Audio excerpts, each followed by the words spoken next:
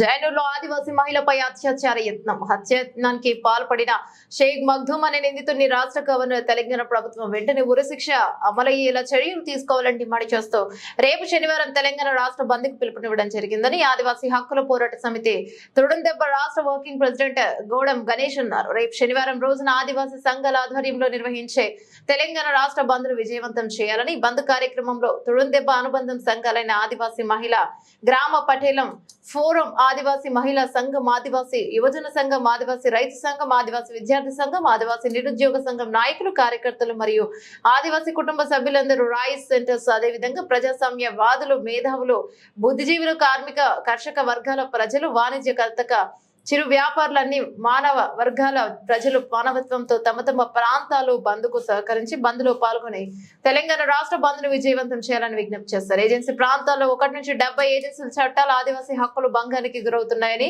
ఆదివాసులపై అనేక అఘాయిత్యాలు జరుగుతున్నప్పటికీ ఎవరూ పట్టించుకోవడం లేదన్నారు.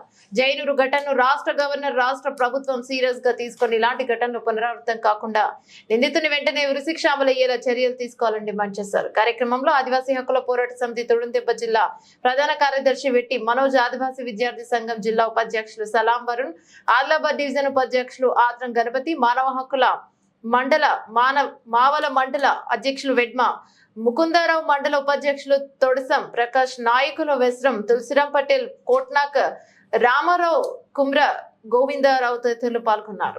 తెలంగాణ రాష్ట్ర బంధును జై ఆదివాసీ, ఆదివాసుల ఐక్యత, ఆదివాసుల ఐక్యత.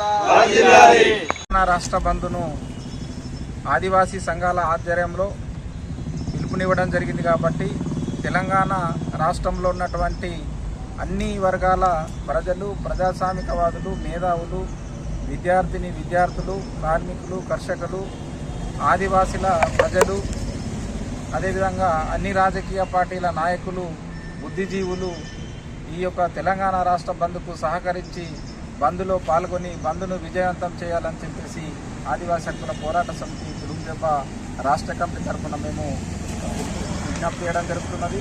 ఎందుకంటే జైనూరులో జరిగినటువంటి అవామనీయ ఘటన వల్ల ఒక ఆదివాసీ మహిళను అత్యాచారం చేసి హత్యాయత్నానికి ఒడిగట్టినటువంటి ఎస్కే మగ్దూమ్ను వెంటనే ఉరితీయాలని, అదేవిధంగా 170 దిశా చట్టాలను పకడ్బందీగా అమలు చేయాలని ఈ యొక్క బంద్కు పిలుపునివ్వడం జరిగింది. అందులో భాగంగానే ఏదైతే ఈ జైనూరు ఘటన జరిగిందో అంత పెద్ద సంఘటన జరిగినప్పటికీ కూడా తెలంగాణ రాష్ట్ర ప్రభుత్వం కానీ, గవర్నర్ కానీ ఇప్పటి వరకు స్పందించకపోవడం చాలా బాధాకరం.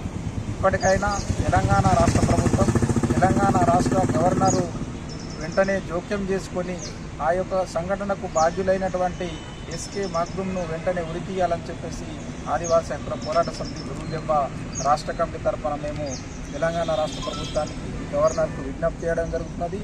ఈ యొక్క నిర్లక్ష్య ధోరణికి నిరసనగానే రేపటి బంద్ కొనసాగుతున్నది కాబట్టి ఈ బంద్లో చిరు వ్యాపారులు, వాణిజ్య, వర్తక, అదేవిధంగా అన్ని వర్గాల ప్రజలు కూడా స్వచ్ఛందంగా బంద్లో పాల్గొని బంద్ను విజయవంతం చేయాలని చెప్పేసి ఆదివాసీ హక్కుల పోరాట సమితి తుడుందెబ్బ రాష్ట్ర కమిటీ తరఫున యావత్ సమాజానికి మేము విజ్ఞప్తి చేస్తున్నాం.